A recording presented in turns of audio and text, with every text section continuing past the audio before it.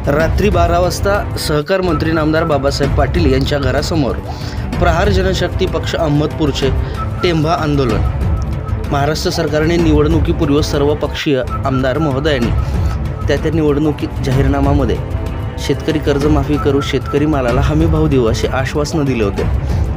मात्र अजूनही कर्जमाफी झाली नाही। शेतकऱ्यांच्या कर्जमाफीसाठी प्रत्येक आमदारांनी सभागृहात आवाज उठवण्यासाठी पूर्ण महाराष्ट्रभर मशाल टेंभा आंदोलन करण्यात आले।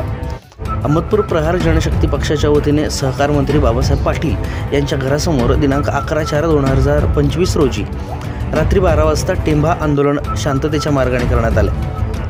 यामध्ये प्रमुख उपस्थिती म्हणून जिल्हाध्यक्ष राजभाऊ चौगुले, अहमदपूर तालुकाध्यक्ष बाळू आमले, जिल्हा संघटक संभाजी केंद्रे, चाकूर तालुकाध्यक्ष वर्धमान कांबळे, कार्याध्यक्ष बालाजी जाधव, उपाध्यक्ष मोहसिन शेख, गोविंद आंधळे, वैजनाथ सुनेवाड, आदित्य चिकटे, बाबा मुंडे, देवीसिंग ठाकूर, योगेश आमले, महेश चाकाटे, दशरथ हैगले, प्रकाश जोशी, राजाभाऊ, अहमदपूर चाकूरमधील प्रहारचे इतर पदाधिकारी या आंदोलनासाठी उपस्थित होते।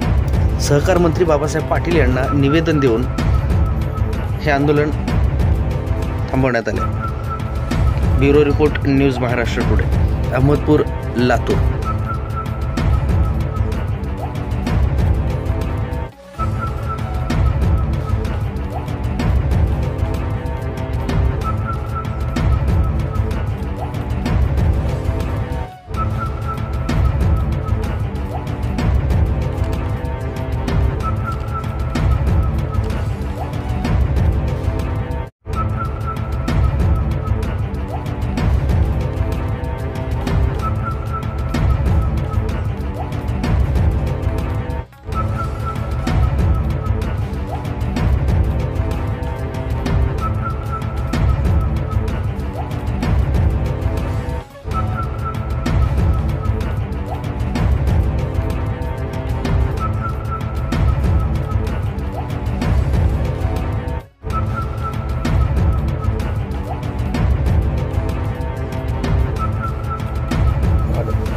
प्रहार जनशक्ती पक्ष लातूर जिल्ह्याच्या वतीनं आज आम्ही सहकार मंत्री बाबासाहेब पाटील यांच्या घरासमोर रात्री 12 वाजता हातामध्ये मशाल घेऊन, गळ्यामध्ये जे शांततेचं प्रतीक आहे असा निळा गमजा व हातामध्ये भगवा झेंडा घेऊन या ठिकाणी आम्ही आंदोलन करत आहोत। आंदोलन करण्याचे काय आमचे प्रमुख मागण्या आहेत। ज्यावेळेस हे सरकार ज्यावेळेस सत्तेमध्ये येत होतं किंवा सत्तेच्या अगोदर त्या सरकारने शेतकऱ्याला घोषणा केली होती की ज्यावेळेस आमचं सरकार सत्तेमध्ये येईल त्यावेळेस आम्ही शेतकऱ्याचा सातबारा कोरा करू आणि दुसरी गोष्ट शेतकऱ्याच्या मालाला हमी भाव देऊ।